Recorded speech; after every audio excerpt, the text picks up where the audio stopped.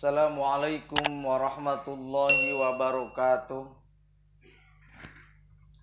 Bismillah, alhamdulillah. Asyhadu an la ilaha illallah wahdahu la syarikalah. Wa asyhadu anna Muhammadan abduhu wa rasuluh la nabiyya ba'da. Allahumma salli ala Sayyidina Muhammad ibn Abdillah wa ala alihi wa ashabihi wa man tabi'ahul huda ila yaumil qiyamah. Rabbi shrah li sadri wa yassir li amri wahlul 'uqdatam min lisani yafqahu qawli. Ya Fatahu ya Alim, ya Fatahu ya Alim fathan kabira. Allahumma afhimna bi fahmin nabiyina wa hifdzil mursalina. Wabil ilhamil malaikatil muqarrabina. Allahumma akrimna bil fahmi wa hifdi wa qadha'il hawaiz amma ba'd. Pertama-tama kita panjatkan puji kepada Allah yang Maha Suci. Salawat beserta salam semoga terlimpah curahkan kepada Nabi kita, yakni Habibana wa Nabiyana wa Maulana Muhammad sallallahu alaihi wasallam, kepada keluarganya, kepada sahabatnya, dan kepada kita selaku umatnya yang senantiasa berusaha meningkatkan ketaatan terhadap ajarannya. Wadia Balad Galuh, dimanapun berada, yang saya hormati, alhamdulillah wa syukur ala ni'amillah, berkat takdirnya Allah pada pagi hari ini kita semua masih bisa bertemu melalui udara. Semoga pertemuan kita pada kali ini menjadi wasilah. Satu, Allah memberikan panjang umur, diberikan kesehatan, diberikan kekuatan iman dan Islam, diberikan rezeki yang banyak diiringi dengan keberkahan, diberikan keturunan yang solih dan solihah, selamanya dibimbing oleh hidayah, taufik serta pertolongan Allah Subhanahu wa ta'ala. Wadia Balad Galuh yang pada saat ini lagi diuji oleh Allah dengan sakit umpamanya, semoga Allah memberikan kesembuhan seperti sedia kala. Orang tua kita, Wadia Balad Galuh semua yang pada saat ini sudah meninggalkan kita di alam dunia menuju alam panah, alam barja. Semoga mereka ada di alam barja diterima iman Islamnya, diampuni dosanya, ditempatkan di tempat riyadun min riyadil jannah. As'alukal ijabah bi barakati umil Qur'an. Al-Fatihah. A'udzu billahi minasyaitonir rajim. Bismillahirrahmanirrahim. Alhamdulillahi rabbil alamin arrahmanir rahim maliki yaumiddin. Iyyaka na'budu wa iyyaka nasta'in ihdinas siratal mustaqim siratal ladzina an'amta 'alaihim ghairil maghdubi 'alaihim waladdallin. Hadirin Wadia Balad Galuh rahimakumullah yang pada saat ini lagi standby di radio Galuhnya masing-masing. Ada yang di rumah, ada yang di pasar, ada yang di jalan. Wabil khusus Wadia Balad Galuh Bapak Agak Gobras, Bu Eti, Bu Ooh, Bu Uki, Bu Obang Sobariah, Umi ti Gunung Mareme, Mamah Nabila, Kersana Sehuna Pak Apip, Pak Nanang, Bu Yuyun, BKMM Cibunyi Gelis, Bu Iis, Bu Ani, Ibu Lina, Pak Lurah Nur Yamin, Mamah Muna, Mamah Hasni, Pak Deden, Tika Rikil, Siti Aisyah, Ibu Siti Aisyah, Bu Ida, Negla, Bu Diasih, Bu Eti, dan yang lainnya. Juga Pak Oded dari Lewi Kidang yang sekarang ini standby terus di Radio Galuh yang ada di kota Tasikmalaya yang saya hormati semua. Paslun pis sodakoti, kita pakai bahasa Sunda. Paslun pis sodakoti, pasun arya hiji pasa pis sodakoti dina mertelakeun sodako. Qala ngadawu alaihi salatu wassalam, Kangjeng Nabi Muhammad sallallahu alaihi wasallam, ya Ali, Wahai Sayyidina Ali, inna awliya Allah Ta'ala, sesungguhnya wali-walinya Allah Ta'ala, lam yanalu etah temenang para wali sa'atur rahmati kana kajembaran rahmatna Allah. Sa'atur rahmatillahi ta'ala kana kajembaran rahmatna Allah ta'ala waridwanahu jeung kana karidwana Allah. Bikasrotil ibadati kulobakna ibadah.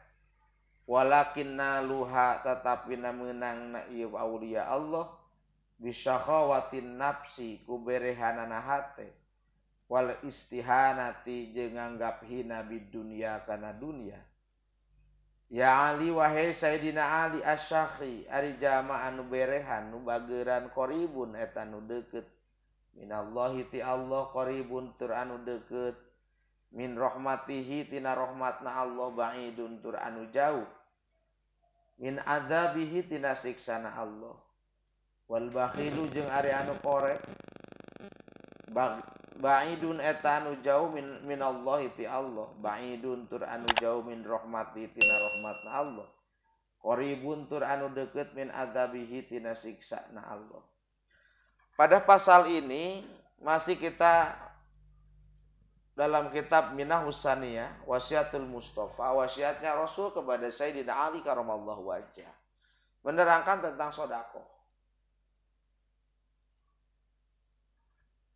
Qala Ali salatu wassalam, bersabda Rasulullah sallallahu alaihi wasallam, Allahumma sholli ala Muhammad ya Rabbi sholli alaihi wasallim. Allahumma sholli ala Muhammad ya Rabbi sholli alaihi wasallim. Ya Ali wahai Sayyidina Ali karamallahu wajhah, inna awliya Allah Ta'ala, sesungguhnya wali-walinya Allah, kekasih-kekasih Allah, lam yanalu si'atar rahmatillahi ta'ala waridwanu bikasratil ibadah, sesungguhnya mereka memperoleh keluasan rahmat, keluasan ridho bukan karena banyaknya ibadah. Bukan berarti kita jangan ibadah yang banyak. Tetapi para wali-walinya Allah, dia mendapatkan keluasan rahmat, dia mendapatkan keluasan ridhonya Allah. Bukan karena jalan bikasratil ibadah, walakin nalu bisakhawatin nafsi. Tetapi mereka mendapatkan keluasan rahmat, mendapatkan keluasan ridhonya Allah dari rasa bisakhawatin nafsi dengan dermawannya diri. Wal istihanatu bid dunya, dan menganggap hina terhadap dunia. Bukan berarti kita tidak butuh dunia, tetapi dunia bukan tujuan. Tetapi dunia hanya dijadikan jembatan untuk menuju ridhonya Allah Subhanahu wa taala. Bagaimana para sahabat dulu? Dia mendapatkan ridhonya Allah. Kalau tidak salah pernah diceritakan hikayatnya. Walaupun bukan sedekah kepada manusia, tetapi membebaskan kebingungan, kesusahan makhluk Allah yang lain juga ternyata dia mendapatkan ridho dan rahmatnya Allah. Seperti hikayatnya Umar bin Khattab. Umar bin Khattab setelah dia wafat, ada seorang sahabatnya. Dia sholat 2 rakaat, terus berdoa, ya Allah temukan saya dengan Amirul Mukminin, dengan pimpinan umat mukmin, yaitu Umar bin Khattab. Sedang apa dia ada di alam barzah? Apakah sedang mendapatkan nikmat? Sedang mendapatkan siksa? Dia sholat sunat hajat 2 rakaat dan berdoa kepada Allah. Langsung dia tidur. Dalam tidurnya mimpi. Mimpinya ketemu Amirul Mukminin Umar bin Khattab di alam barzah. Ditanya, ya Amirul Mukminin, wahai Amirul Mukminin, apa yang kamu dapatkan sekarang di alam barzah? Kata Umar bin Khattab, saya mendapatkan nikmat kubur, nikmat di alam barzah, dengan dikelilingi dengan kesenangan-kesenangan yang ada di alam barzah. Sahabat bertanya, ya Amirul Mukminin, wahai Amirul Mukminin, dengan pahala apa engkau mendapatkan kesenangan di alam barzah? Apakah dikarenakan engkau setiap sholat mengeluarkan air mata? Apakah engkau dikarenakan menjadi pimpinan yang adil? Apakah engkau dengan bikasrotil ibadah, puasa, dan yang lainnya? Kata Umar bin Khattab, bukan karena sholat saya yang khusyuk, sebab itu sebuah kewajiban. Bukan karena saya jadi pimpinan yang adil, sebab itu juga kewajiban. Tetapi yang mendapatkan saya keluasan rahmat, keluasan ridhonya Allah. Suatu waktu saya jalan-jalan ke Baghdad, saya melihat anak kecil, dia megang burung. Burung tersebut tersiksa, saya beli dan dibebaskan burung tersebut. Gara-gara membebaskan burung yang kecil, saya mendapatkan ridhonya Allah. Saya mendapatkan juga rahmatnya Allah di alam barzah. Sholat, jadi pimpinan yang adil itu sebuah kewajiban. Tetapi membebaskan burung yang kecil ternyata menjadi wasilah saya mendapatkan ridhonya Allah Subhanahu wa ta'ala. Ada kalanya ridho Allah itu bukan hal yang besar, tetapi hal yang kecil. Oleh sebab itu jangan sepelekan amal-amaliyah yang kecil. Logikanya begini. Suatu waktu ibu mendapatkan ridhonya suami. Suami datang dari pekerjaan siang hari dengan capek, dengan haus. Ibu membawa air 1 gelas. Kata ibu, ayah ini airnya untuk minum. Dikasihkan, diminum. Apa kata suami? Terima kasih. Dengan senang hati aku ridho kepadamu wahai istriku. Hanya memberikan air yang hanya 1 gelas. Apakah sering suami kita mengucapkan terima kasih dengan ibu bersih-bersih di rumah, nyuci piring, nyuci baju, nanak nasi dan sebagainya? Ada karenanya tidak mengucapkan terima kasih sebab itu sudah dianggap kewajiban, sudah dianggap kebiasaan. Tetapi tatkala memberikan air pada waktu kehausan, dia mengucapkan terima kasih, diterima. Mungkin gambaran ridhonya Allah juga seperti itu. Nah, bisa khawatir nafsi, dermawannya diri. Wal istihanati bid dunia, dan menganggap hina urusan dunia. Sebab dunia akan ditinggalkan. Tatkala kita mati, maka akan ditinggalkan akan 3 unsur yang akan direbut dari kita. Pertama, unsur jasad. Kedua, unsur ruh. Ketiga, unsur duniawi, harta benda, jabatan, dan yang lainnya. Unsur ruh akan direbut oleh malaikat Ijroil, dipisahkan dari jasad. Jasad juga dimasukkan ke tanah, direbut oleh cacing, direbut oleh bilatung dan yang lainnya. Harta benda juga akan direbut. Oleh siapa harta benda direbut? Oleh ahli waris. Jabatan akan direbut oleh orang lain. Harta rumah yang 2 tingkat, yang 3 tingkat, sawah yang hektaran, kebun yang hektaran, nanti akan direbutkan kembali oleh ahli waris dan akan dipisah-pisah kembali. Andai kata harta kita tidak sebagian disodakokan, maka apa yang akan kita bawa nanti ke akhirat? Hadirin wa diabalal galuh rahimakumullah. Sayyidina Al-Mukarram Kersana Kiai Haji Ahmad Syafii selaku Ketua FKDT Kota Tasikmalaya yang selalu standby dan memotivasi kita semua. Guru-guru SMP Terpadu Al-Istiqomah yang selalu mengabdi dan berkomitmen bersama. Juga ada Ibu Ina dari Pase, bos Martabak Galunggung yang lewat ke Pase. Nah, di sana ada martabak Galunggung yang enak. Ya Ali asyaki qaribun minallah, qaribun min rahmatillah, ba'idun min adzabihi. Wahai Sayyidina Ali, orang yang dermawan itu dekat dengan Allah, dekat dengan rahmatnya Allah. Ba'idun min adzabihi, jauh dari siksanya Allah. Sedangkan orang-orang yang kikir, ba'idun minallah, ba'idun min rahmatillah, qaribun min adzabihi, Orang yang kikir itu jauh dari Allah, jauh dari rahmatnya Allah. Juga dekat dengan siksanya Allah. Kita punya harta, logikanya begini. Apakah kita pernah menghitung harta yang kita miliki? 1 tahun ini umpamanya kita akan ingin menghitung harta.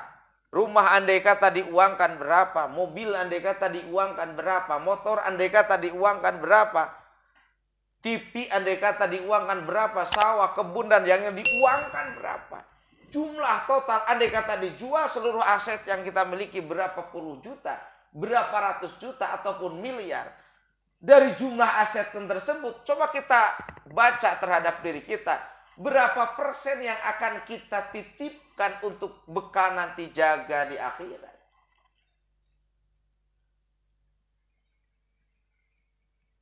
Sebab tatkala kita wafat, tadi kan direbut oleh ahli waris. Syukur-syukur andai kata ahli warisnya soleh.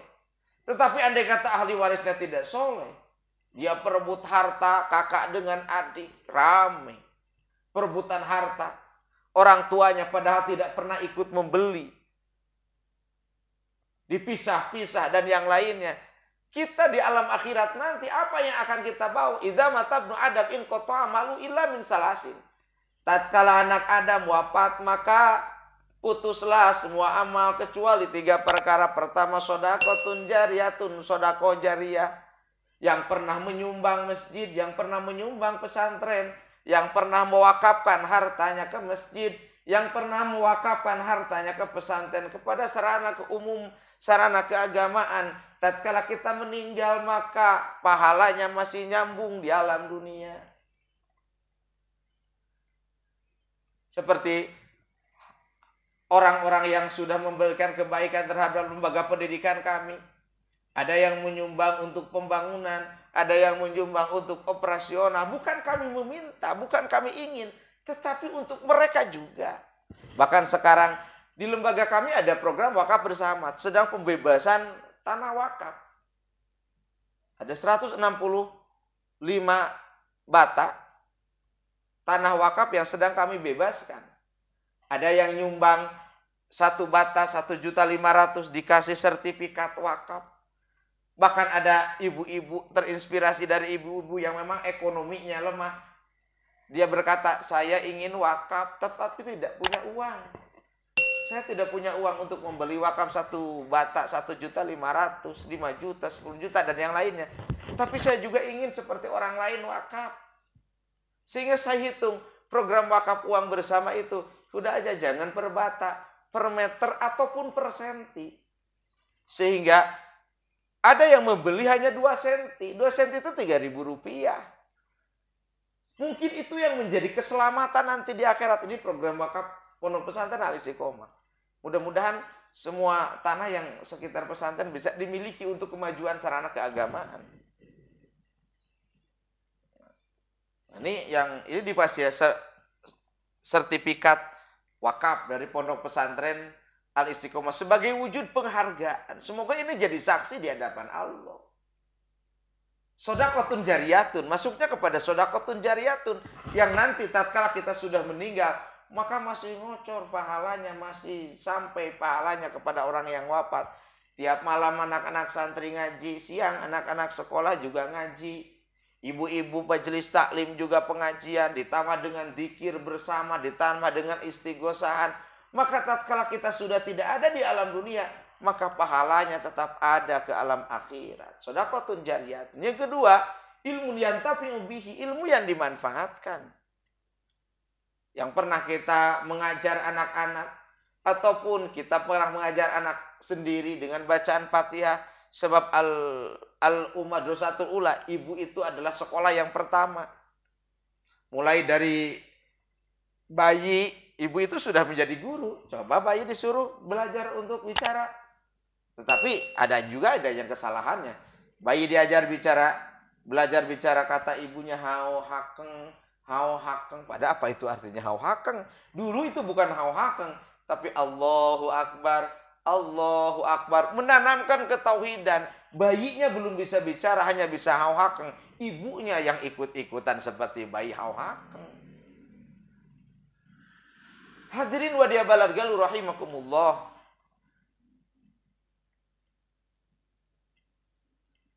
Wal bakhil ba'idun minallah, ba'idun min rahmati, wa qaribun min adabihi. Orang yang kikir, anu koret merege hese, ba'idun jauh minallah, dari Allah Ta'ala, ba'idun jauh, bin rahmati, dari rahmatnya Allah, qaribun min adabihi, dekat dengan siksaan Allah. Tidak dikeluarkan sodakohnya, tidak dikeluarkan infaknya, tidak dikeluarkan zakatnya, tidak dikeluarkan untuk wakafnya, maka qoribun. Ba'idun minallah, ba'idun min rahmatillah, qoribun min adabihi. Kan kalau tidak salah saya pernah menceritakan bagaimana seorang sahabat Rasul yang namanya Sa'labah, dia menjadi orang yang celaka, padahal tadinya orang mulia.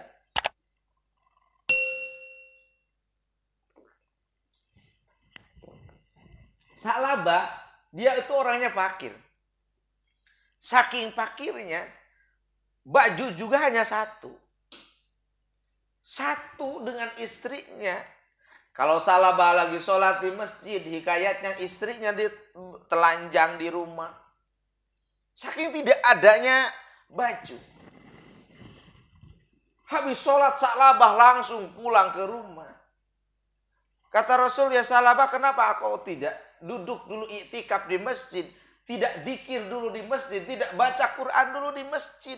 Habis berjamaah dia langsung ke rumah, habis berjamaah langsung ke rumah. Kata Sa'labah, ya Rasulullah, saya ini orang fakir.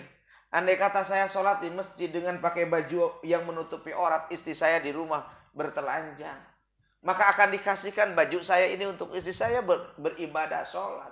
Doakan ya Rasulullah agar saya menjadi orang kaya.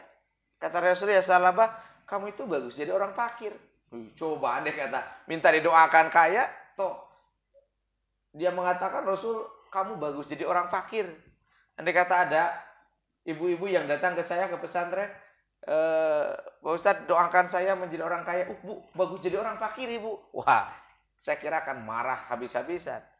Rasul mengatakan kepada Sa'labah, kamu bagus jadi orang fakir. Satu kali Rasul tidak mendoakan, datang lagi Sa'labah, ya Rasulullah, ud'uilallah, berdoalah kepada Allah, jadikanlah saya jadi orang kaya. Kamu jadi bagus jadi orang fakir. Ketiga kalinya akhirnya oleh Rasul didoakan, wahai Sa'labah, aku doakan, tapi jangan lupa sedekahnya, zakatnya, infaknya, dan yang lainnya. Andai kata engkau jadi orang kaya. Oleh Rasul diberi satu jodoh kambing. Ternyata anaknya 2, 4, terus semakin banyak. Lama kelamaan oleh Rasul dilihat ke belakang, kemana Sa'labah? Tidak ikut berjamaah. Kata sahabat yang lainnya, ya Rasulullah, Sa'labah sudah jadi orang kaya, kambingnya banyak, dia tidak ada waktu untuk datang ke masjid dikarenakan kambingnya banyak. Kata Rasul, hubungi Sa'labah, minta zakatnya. Kalau toh kambingnya sudah banyak, sudah nisab untuk mengeluarkan zakat, ambil zakatnya, kasihan untuk dibersihkan hartanya. Akhirnya sahabat Rasul pergi ke Sa'labah, wahai Sa'labah, aku diutus oleh Rasulullah Shallallahu Alaihi Wasallam untuk meminta zakat dari apa yang kau miliki. Apa jawaban Sa'labah? Ini harta-harta saya. Ini diusahakan oleh saya siang dan malam. Kenapa sekarang ini harus dibagikan, harus diberikan sebagian kepada orang lain? Akhirnya sahabat pulang kepada Rasulullah, ya Rasulullah, Sa'labah tidak memberikan zakatnya.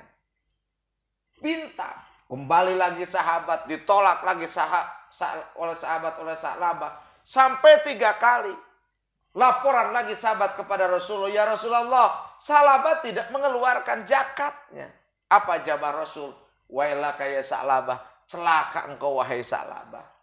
Sampai Rasul wafat, Sa'labah tidak mengeluarkan zakat. Setelah Rasul wafat, ternyata kambingnya mati, kembali kepada jadi orang fakir, dan dia dalam keadaan celaka. Na'udzubillahi min dzalik. Oleh sebab itu, orang-orang kaya dimanapun berada, andai kata kau sudah nisab zakat, keluarkanlah zakatnya. Sebab dunia itu bukan sebuah tujuan. Sebab dunia merupakan tempat persinggahan. Atau Rasul mengatakan, kun lidunya kagoribun awabiru sabil. Jadilah engkau di dunia ini pengembara. mengembara. Orang yang mengembara akan kembali kepada alam nyata akhirat namanya. Au abirus sabil, ataupun perjalanan. 1 langkah, 2 langkah, 1 minggu, 1 bulan, 1 tahun, tahun demi tahun, akhirnya menuju kepada alam keabadian, alam akhirat. Apalagi andai kata kita punya harta, sudah tua, apakah bisa dinikmati semuanya? Sebab andai kata kita dipanjangkan umurnya, wa man nu'ammirhu nunaqisu fil khalqi. Orang yang dipanjangkan umurnya oleh Allah dikurangi, makanannya dikurangi.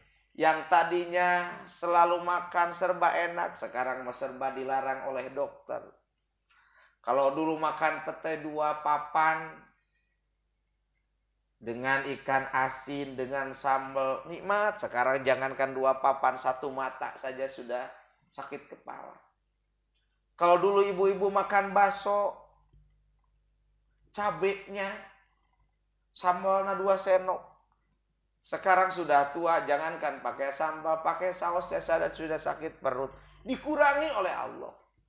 Dulu kita bisa jalan kaki dengan gagah.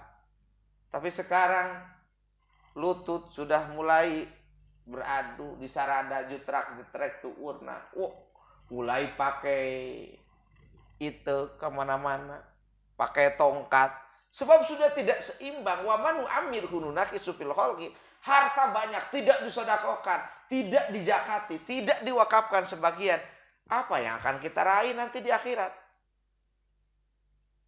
Nih, yang punya kelebihan harta, silakan bantu masjid yang sedang membangun, bantu madrasah yang sedang dibangun, ataupun mau program wakaf ke pesantren kami juga tidak jadi masalah. Bukan kami ingin, tetapi engkau berinvestasi amal untuk bekal nanti di akhirat.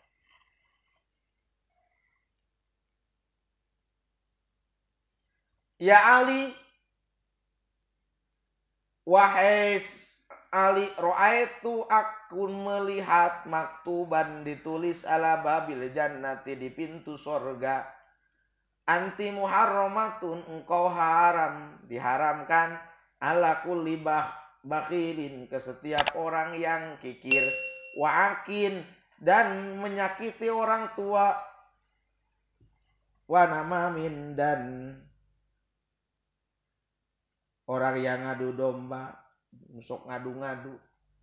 Ya Ali, wahai Sayyidina Ali karamallahu wajhah, kata Rasul, di pintu sorga nanti akan ditulis, anti haramun, anti muharramatun ala kulli bakhilin, engkau haram masuk kepada orang, engkau haram dimasuki orang-orang yang kikir, orang-orang yang menyakiti orang tua, dan orang-orang yang selalu mengadu domba antar sesama. Jadi wayana anu koret mah geus aya cap dilarang masuk orang-orang yang kikir dikarenakan hartanya tidak nafkahkan sebagian. Apakah boleh diwasiatkan untuk diwakafkan, untuk disedekahkan harta kita setelah meninggal? Boleh. Tetapi jangan lebih dari 1/3. Umpamanya sawah yang ada di sana wasiat, andai kata ayah atau ibu sudah wafat, sudah tidak ada di dunia, kasihkan kepada masjid yang sedang membangun.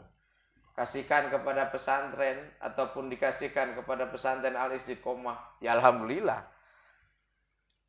Setelah meninggal, sebab ahli waris jangan dulu membagikan tirkahnya sebelum menutupi hutangnya, sebelum menutupi wasiat.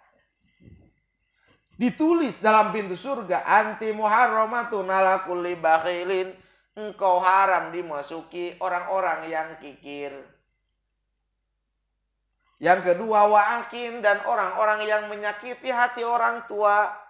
Dalam Al-Quran, fala taqul lahum ma'uf, jangan mengatakan juga sudah dosa kepada orang tua, andai kata apalagi melawan orang tua. Kan ada beberapa hikayat yang menyakiti hati orang tua. Suatu waktu ada pemuda yang ahli ibadah, rajin ibadahnya di masjid, dia termasuk pemuda yang soleh.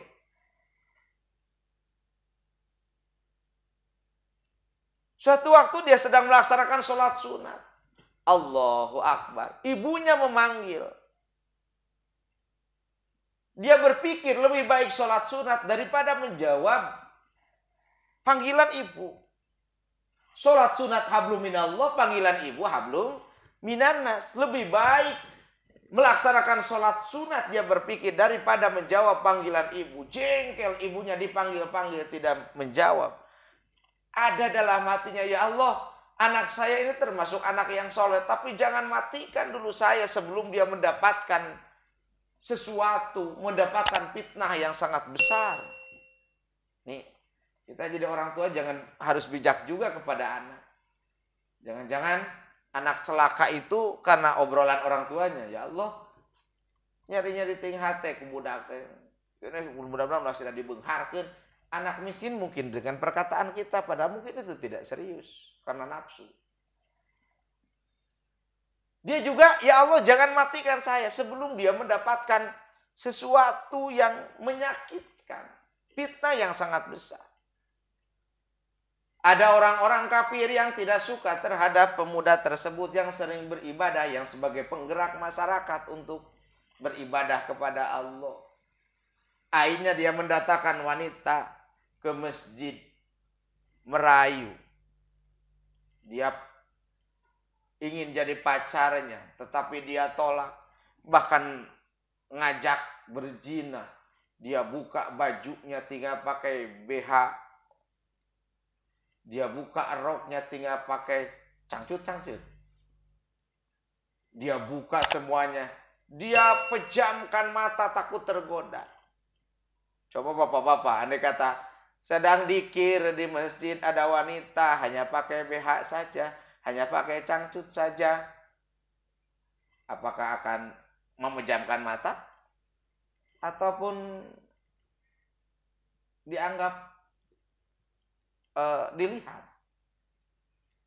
Dia mengajak berzina, sebab andai kata dia hamil, maka saya akan dikasih hadiah yang sangat besar. Dibuka BH-nya, dibuka cangcutnya, telanjang bulat. Tapi dia terus memejamkan mata sambil berzikir kepada Allah. Kira-kira bapak-bapak semua, andai kata ada wanita cantik, kutilang dasi, kurus, tinggi, langsing, dada berisi. Dia sudah buka baju, sudah buka semuanya, telanjang bulat. Apakah bapak-bapak akan melihat, akan memejamkan mata atau meletet? Meletet, melotot. Dia kuat. Akhirnya dia keluar dan berzinalah dengan pengembala kambing. Dia hamil. Sedang hamil dia mengaku bahwa dihamili oleh pemuda yang ada di masjid. Masyarakat marah semuanya. Dilemparlah batu semua ke masjid sampai rusak. Yang paling pertama dia cari adalah ibu dan bapaknya. Dia pergi ke ibunya meminta maaf, andai kata saya ada kesalahan, saya ada dosa kepada orang tua, kepada ibu dan kepada ayah. Saya minta maaf, istighfar. Kata ibunya, hadapi masyarakat, tunggu sampai bayi lahir. Tanya bayinya. Dia menghadapi masyarakat, wahai masyarakat semua, tunggu sampai bayi lahir. Kita tanya sama-sama, siapa bapaknya? Apakah saya atau orang lain? Ternyata bayinya lahir. Ditanya, mana? Apakah siapa bapakmu? Ditakdirkan oleh Allah bayi tersebut bisa menjawab, bapak saya adalah pengembala domba. Selesai masalah. Dikarenakan mungkin ada ucapan ibunya, ya Allah jangan matikan saya sebelum anak saya mendapatkan fitnah yang sangat besar. Oleh sebab itu jangan melaknat anak kita. Jangan menghancurkan masa depan anak kita. Bijaklah menghadapi setiap problematika masalah, setiap problematika anak-anak kita. Sebab itu adalah titipan dari Allah Subhanahu wa ta'ala. Ibu punya anak perempuan. Dia datang malam berkeluyuran. Walaupun anak kita umpamanya dari sudut akhlaknya jelek, jangan sampai ada kata-kata yang mendoakan terjerumus. Kata Sunda masih ada indit-inditan wae sugan sina dihakan tetelo. Coba, ini dalam bahasa Sunda, andai kata bahasa Indonesia mungkin tak lama kemudian perutnya besar. Cing, reka mana ibu nengan tetelo? Nah, mungkin apa yang diucapkan oleh kita, doa orang tua, apa yang diucapkan oleh orang tua adalah doa dan dekat dengan ijabahnya Allah Subhanahu wa ta'ala. Wa'akin, orang yang menyakiti orang tua, mudah-mudahan kita termasuk anak yang soleh. Orang yang soleh kepada orang tua jaminannya masuk surga. Kan ada hikayat Nabi Musa kalau tidak salah, dia berdoa kepada Allah, dia ingin tahu, ya Allah, aku di surga dengan siapa? Akhirnya, wahyu Allah datang, engkau di surga dengan pedagang daging di pasar. Dia heran, kenapa kok tidak dengan orang-orang yang suka beribadah di masjid? Dia berangkat ke pasar, ternyata ada pedagang daging, di punggungnya ada satu wadah. Dia berkata, itu membawa apa di punggungnya?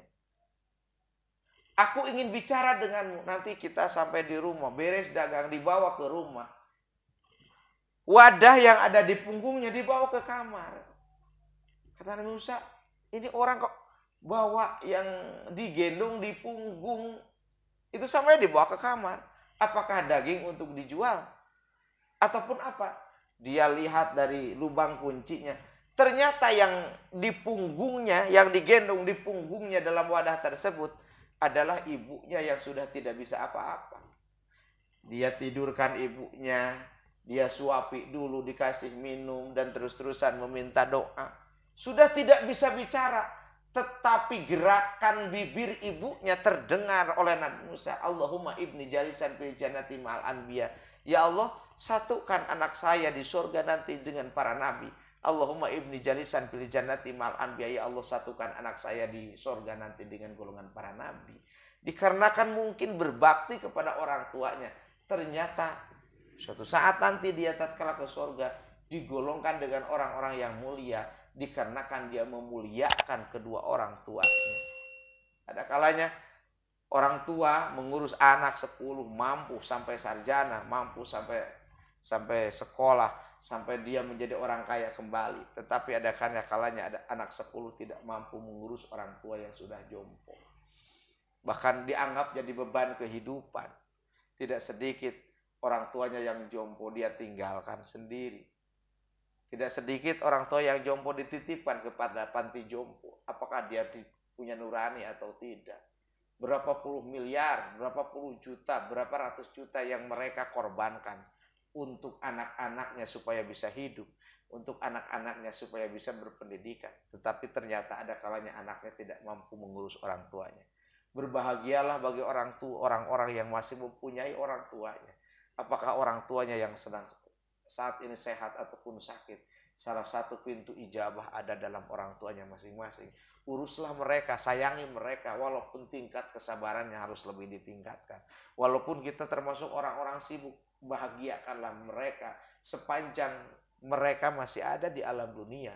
Sebab nanti di akhirat apakah kita akan ketemu atau tidak.